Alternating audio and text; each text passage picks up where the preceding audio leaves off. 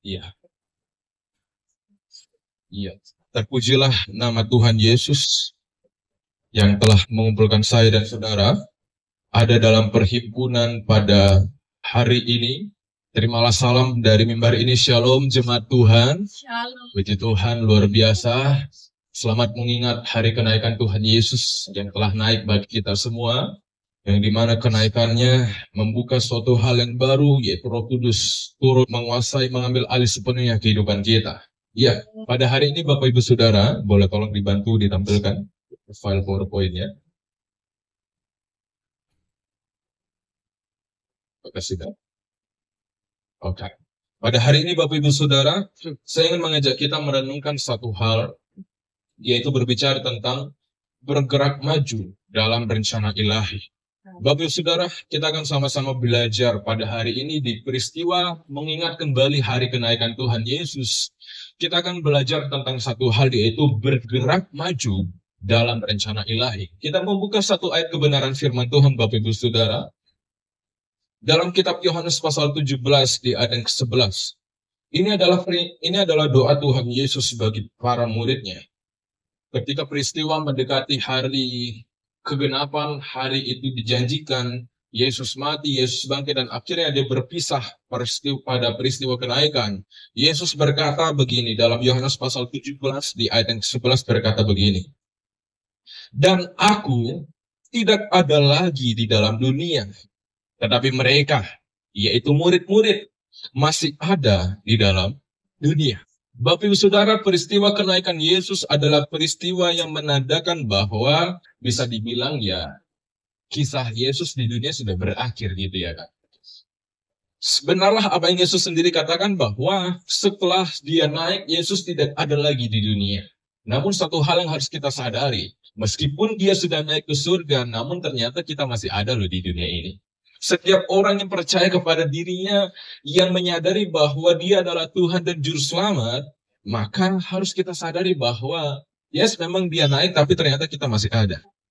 Sehingga saya mau katakan bahwa, meskipun Yesus naik ke sorga dan meninggalkan para muridnya secara fisik, namun rencana ilahi bagi para murid itu tetaplah berjalan. Hal yang sama berlaku bagi setiap diri kita, Bapak Ibu Saudara. Sampai hari ini sudah berulang kali kita memperingati, mengingat, mengadakan suatu ibadah tentang kenaikan Tuhan Yesus. Faktanya Yesus itu sudah pergi tinggalkan kita kembali ke surga. Namun satu hal yang harus kita sadari bahwa meskipun secara fisik dia sudah pergi tinggalkan kita, namun rencana ilahinya itu tetap berjalan dalam setiap diri kita. Amin. Sehingga di dalam Yohanes pasal 16 di ayat 7 berkata begini. Namun benar yang kukatakan ini kepadamu adalah lebih berguna bagi kamu jika aku pergi. Sebab jikalau aku tidak pergi, penghibur itu tidak akan datang kepada siapa? Kepada setiap diri kita, kepada para murid yang hadir pada hari ini. Yesus berkata bahwa yes, aku akan pergi tinggalkan engkau secara fisik. Mengapa? Ada maksud dan tujuan. Adalah lebih berguna bagiku untuk aku pergi tinggalkan engkau secara fisik. Karena apa? Karena Roh Kudus yang dijanjikannya itu akan menolong para murid untuk tetap bisa berjalan pada rencana ilahi. Hal yang sama juga berlaku bagi setiap diri kita umat Tuhan yang hadir hari ini. Yesus tinggalkan kita secara fisik, memang itu lebih berguna. Sepertinya memang itu lebih baik. Karena apa? Karena ternyata ada Roh Kudus yang diutus, yang dijanjikannya turun, itu akan menolong setiap diri kita untuk kita tetap bisa bergerak maju dalam rencana Allah.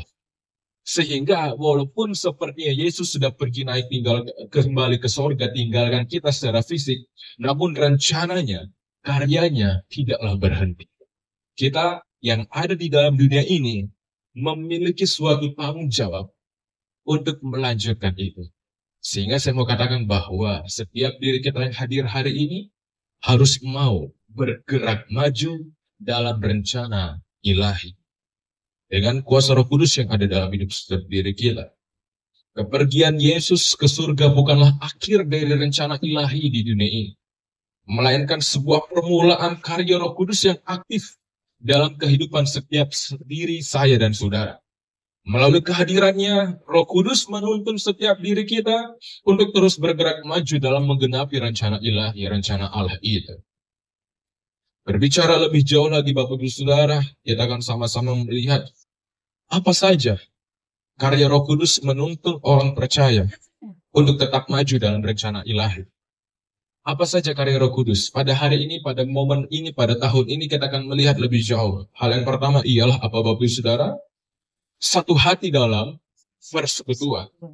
Karya Roh Kudus yang pertama ialah satu hati dalam persekutuan. Saya mengajak kita membuka satu ayat firman Tuhan. Selepas Yesus tinggalkan para murid, ada satu pesan yang Yesus sampaikan bahwa tetapi kamu akan menerima kuasa kalau Roh Kudus turun ke atas kamu dan kamu akan menjadi saksiku di Yerusalem, Yudea dan Samaria dan lain sebagainya. Perjumpaan itu malaikat berkata, "Hai para murid, kenapa engkau melihat ke langit? Yesus yang tinggalkan kau akan kembali turun." Selepas itu para murid pergi kembali ke Yerusalem. Di dalam Kisah Para Rasul pasal 1 ayat 12, 13 dan 14 berkata begini, selepas peristiwa yang luar biasa itu, para murid melihat secara nyata Yesus naik. Dikatakan begini dalam ayat yang ke-12, maka kembalilah rasul-rasul itu ke Yerusalem. Ya, karena ayat ini cukup panjang, saya berusaha mengambil bagian yang pentingnya aja. Yerusalem dan selanjutnya dalam ayat yang ke-13, setelah mereka tiba di kota Yerusalem itu, naiklah mereka ke ruang atas. Mereka itu ialah Petrus, Yohanes, Yakobus, Andreas, Filipus, Thomas, Bartolomeus, Matius, Yakobus bin Alfius, Simon orang Zelot, dan Yudas bin Yakobus. Mereka semua bertekun dengan sehati dalam doa bersama-sama dengan beberapa perempuan serta Maria, ibu Yesus, dan dengan saudara-saudara Yesus. Bapak Ibu Saudara, selepas peristiwa kenaikan Yesus, Yesus naik ke surga, tetapi hebat dan luar biasa begini. Para murid tidaklah tercerai-berai. Mereka hidup dalam satu hati, dalam sebuah persekutuan. Ya. Yang namanya kan selepas otoritas pergi biasanya akan terjadi sebuah kacau balau gitu ya kan. Tapi hebatnya begini, Yesus naik ke surga tapi ternyata para murid tidaklah tercerai-berai. Mereka hidup dalam satu hati, dalam persekutuan. Yang dimana persekutuan ini terus berlanjut sehingga akhirnya terbentuk sebuah perhimpunan jemaat yang dikenal dengan jemaat mula-mula. Dari yang namanya lingkup kecil, hanya beberapa para murid, dan hanya beberapa para perempuan, persekutuan itu terjaga, persekutuan itu terbentuk, dan persekutuan itu terus berlanjut, sehingga akhirnya terbentuk yang namanya sebuah perhimpunan jemaat mula-mula. Dalam Kisah Para Rasul pasal 2 ayat 42, mereka semua bertekun dalam persekutuan. Ya, ini adalah peristiwa yang luar biasa ketika Petrus berkhotbah, 3.000 orang bertobat memberi diri untuk dibaptis. Ya. Mereka terbentuk dalam sebuah persekutuan. Sehingga saya mau katakan begini, kenaikan Yesus tetap mengajarkan sebuah nilai penting bagi setiap diri kita ialah, yaitu tentang sebuah persekutuan. Roh Kudus yang dijanjikannya turun itu akan menjadi kekuatan yang memimpin dan memelihara sebuah persekutuan. Tidaklah mudah membentuk sebuah perhimpunan jemaat mula-mula.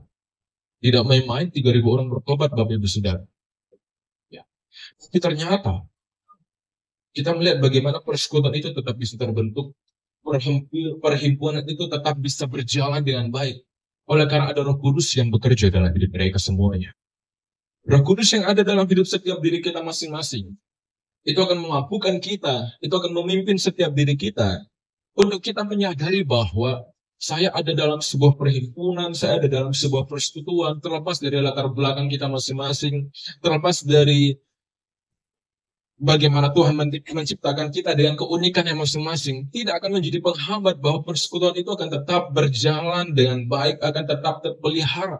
Karena ada karya Roh Kudus yang bekerja dalam hidup setiap diri kita. Sehingga ketika kita ada dalam sebuah persekutuan, kehadiran kita akan membentuk sebuah persekutuan yang benar-benar persekutuan yang sejati. Lebih lanjut lagi begini. Kita akan melihat lebih jauh tentang bagaimana karya Roh Kudus memimpin dan memelihara di dalam persekutuan yang terbentuk itu. Melalui karya Roh Kudus, setiap umat Tuhan, setiap perhimpunan jemaat mula-mula pada hari itu diajarkan untuk mau berakar dalam kasih. Dalam Kisah Para Rasul pasal 2, ada beberapa kebenaran firman Tuhan yang ditemukan begini dalam ayat 44, 46, dan ayat 47 berkata begini. Semua orang yang telah menjadi percaya itu tetap bersatu. Itu dalam ayat 44. Dalam ayat 46, mereka makan bersama-sama dengan gembira, dengan tulus hati sambil memuji Allah. Dan di ayat 47-nya, mereka disukai oleh semua orang. Bapak Ibu Saudara, jemaat mula-mula membangun sebuah kehidupan mereka di atas dasar kasih yang sejati. Yang dimana kasih ini ialah kasih yang dicurahkan oleh Roh Kudus. Tidaklah mungkin kita bisa mengasihi sesama kita padahal kita sendiri tahu bagaimana kekurangannya dia.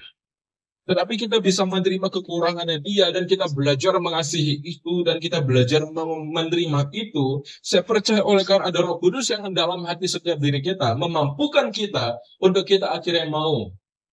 Ya, karena kita satu tubuh lah ya kan. Mau menerima bisa dibilang mungkin kenyataan lah ya kan. Mau bisa dibilang kenyataan faktanya memang orang itu yang ada di samping kita. Kasih ini terlihat nyata dalam sebuah kebersamaan.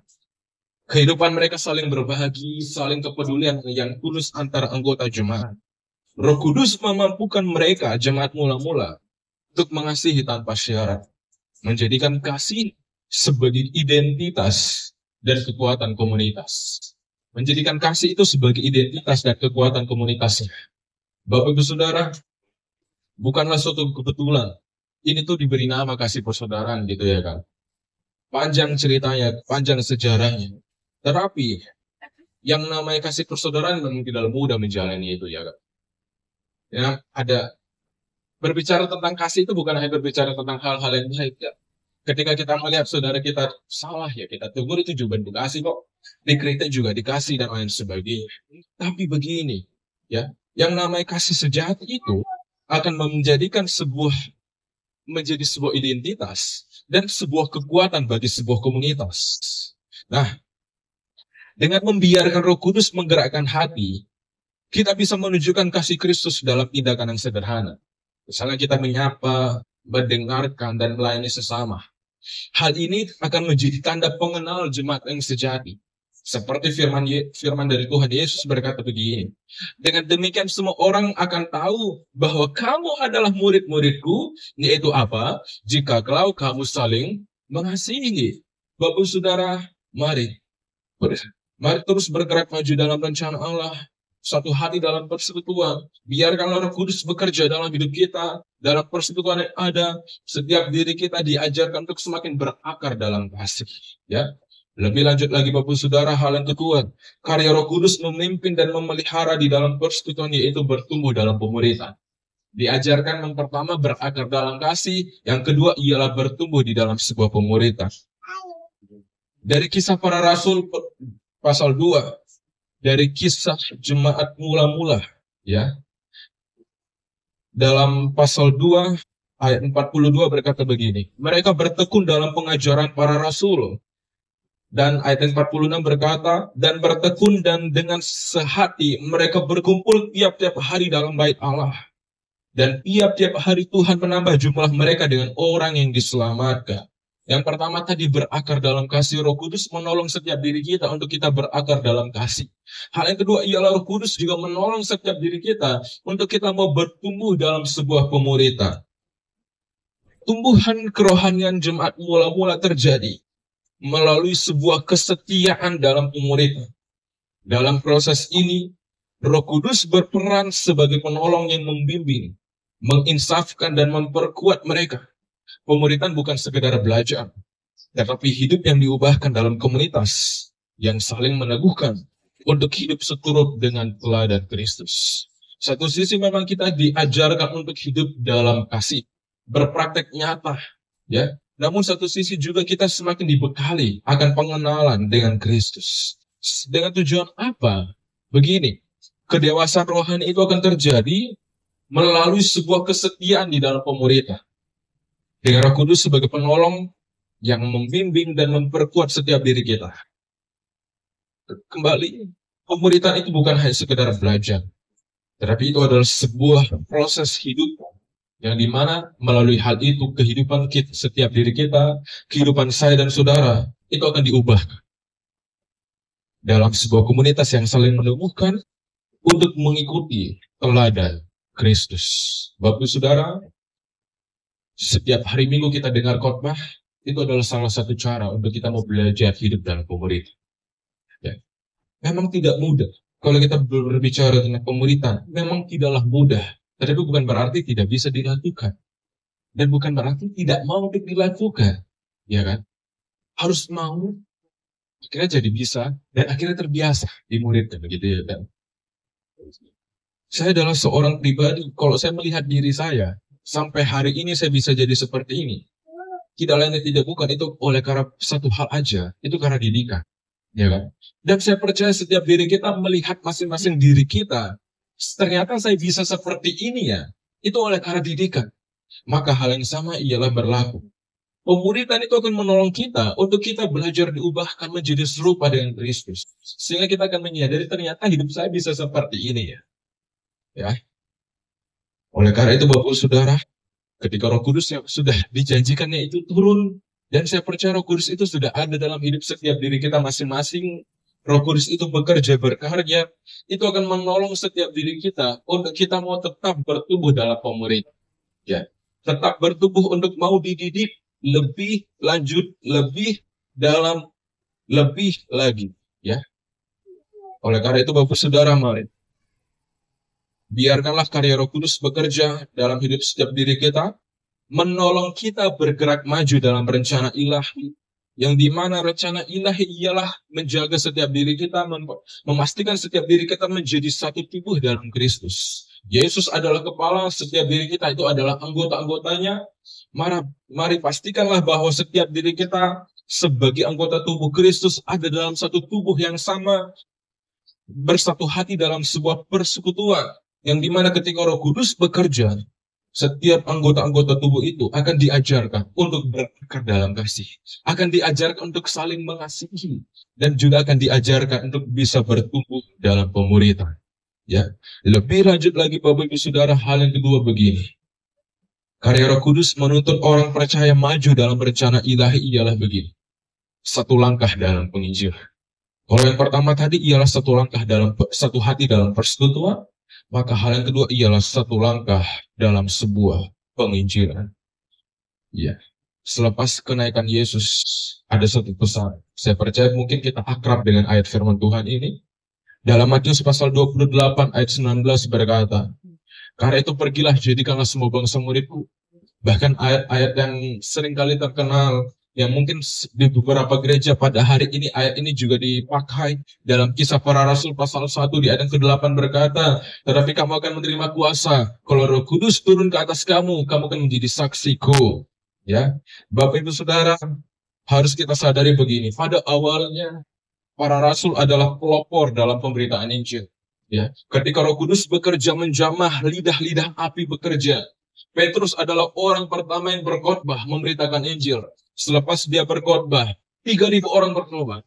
Pada awalnya, para rasul adalah pelopor pemberitaan Injil. Ya, kalau kita baca di kisah-kisah di dalam kitab para rasul, di pasal-pasal awal selepas hari Pentakosta itu, ada satu peristiwa juga dalam Kisah Para Rasul 3, ya, yang dimana pada saat itu kalau tidak salah ada Petrus bersama dengan Yohanes kalau tidak salah, yang dimana dia berjumpa dengan orang sakit lumpuh.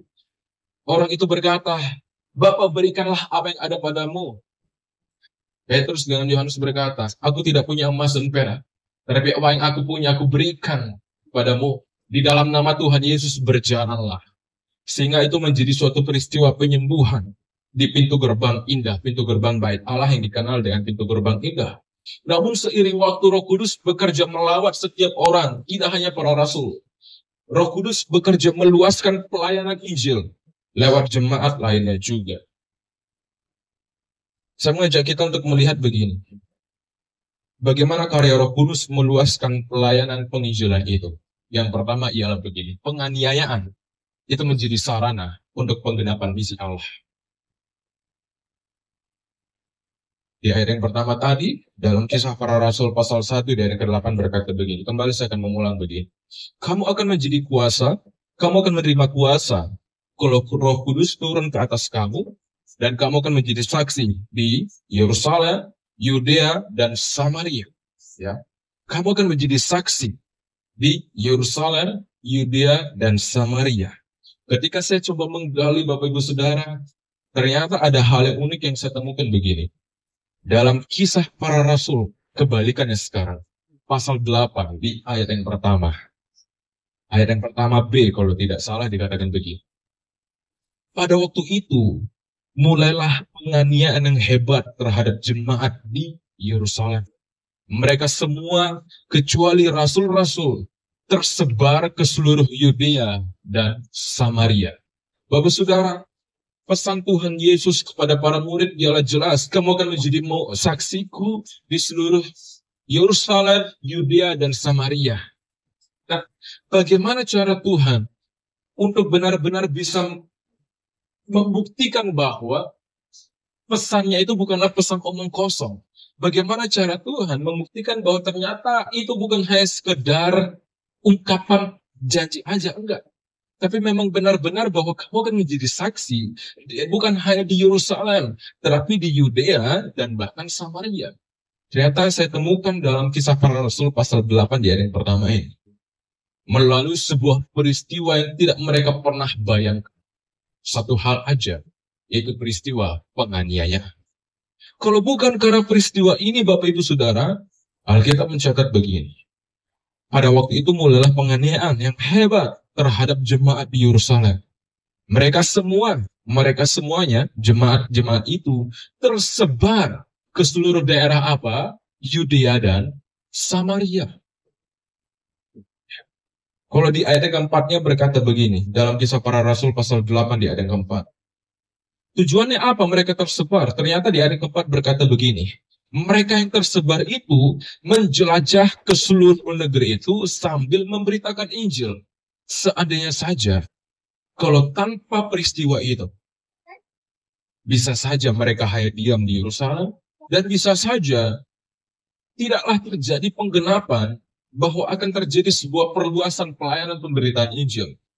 Tetapi kenapa harus melalui peristiwa itu?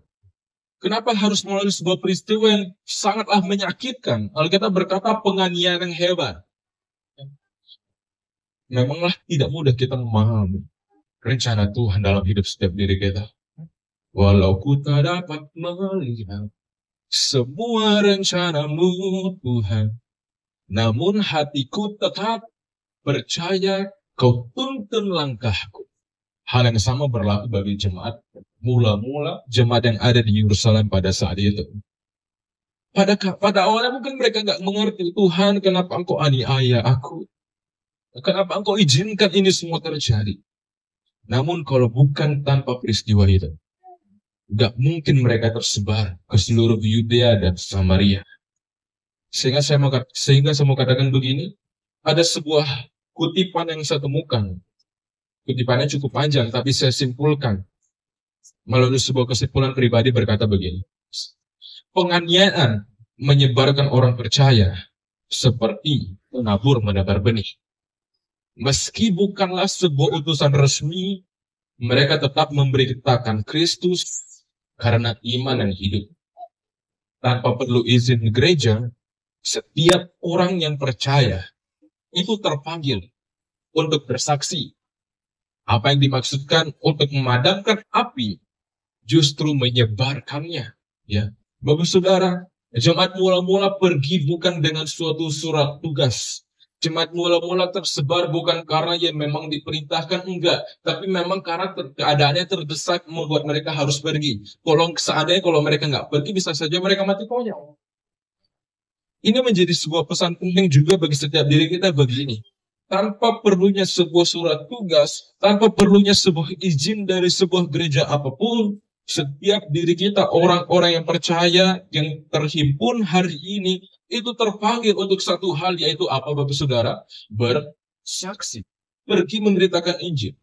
Dalam situasi mungkin kita rasa tidaklah menyenangkan. Yang memang seperti jemaat mula-mula pada hari ini. Tapi sadarilah bahwa kesempatan yang Tuhan beri, baik dalam suka maupun duka, itu menjadi sebuah peluang untuk kita memberitakan Injil, memberitakan siapa sih Yesus, apa karyanya, dan apa yang dia janjikan bagi setiap orang yang percaya kepada dia. Lebih lanjut lagi berkata begini. Hal yang kedua begini, bagaimana karya Roh Kudus meluaskan pelayanan penginjilan. Yang kedua ialah adanya sebuah pengurapan atas pribadi-pribadi. Ada beberapa pribadi yang saya temukan begini. Ada seorang pribadi bernama Stefanus. Dalam Kisah Para Rasul pasal 6 di ayat 8 berkata begini. Stefanus yang penuh dengan karunia dan kuasa, mengadakan mujizat-mujizat dan tanda-tanda di antara orang banyak. Sangat luar biasa Roh Kudus mengurapi seorang pribadi bernama Stefanus. Selain itu juga ada seorang pribadi bernama Filipus. Ya. Selepas peristiwa penganiayaan, Filipus tersebar. Ada orang yang tersebar, salah satunya bernama Filipus. Dalam Kisah Para Rasul pasal 8, di ayat yang kelima berkata begini. Filipus pergi ke suatu kota di Samaria dan memberitakan Mesias kepada orang-orang di situ. Bapak Ibu Saudara, siapakah kedua orang ini? Siapakah Stefanus dan siapakah Filipus itu? Alkitab mencatat begini. Siapakah mereka? Mereka adalah diaken. Mereka adalah orang-orang yang dipilih. Kalau tidak salah ada 7 orang diaken yang dipilih pada saat itu. Yang dimana diaken ini memiliki sebuah tugas untuk apa? Melayani meja. Apa sih artinya? Dijelaskan pada ayat sebelumnya ialah melayani meja berarti ya memperhatikan janda-janda miskin dan lain sebagainya. Bisa dibilang sederhana tugas mereka adalah tugas dalam bidang sosial. Dan begini, namun ternyata walaupun tugas mereka adalah dalam bidang sosial, mereka adalah diaken pada awalnya. Yang sebagaimana dalam Kisah Para Rasul pasal 6 di ayat kedua berkata, ya, 12 rasul itu memanggil semua murid berkumpul dan berkata, kami tidak merasa puas karena kami lalai memberitakan firman. Karena kami melalai memberitakan firman untuk tugas melayani meja. Para rasul lah yang memiliki tugas untuk memberitakan firman. Diaken ini dipilih untuk melayani meja, untuk ada dalam bidang sosial. Namun dari dua peristiwa tadi, dari dua tokoh tadi dengan dasar ayat firman Tuhan yang jelas, sebagaimana Stefanus itu dipenuhi dengan kuasa, mujizat-mujizat terjadi melalui kehidupannya. Yang juga di mana Stefanus inilah orang yang mati syahid, yang di mana dia adalah orang yang dirajam batu. Ya, Stefanus ini juga adalah orang yang melihat bagaimana penglihatan terjadi di langit. Aku melihat anak Allah duduk di sebelah kanan tahta Allah.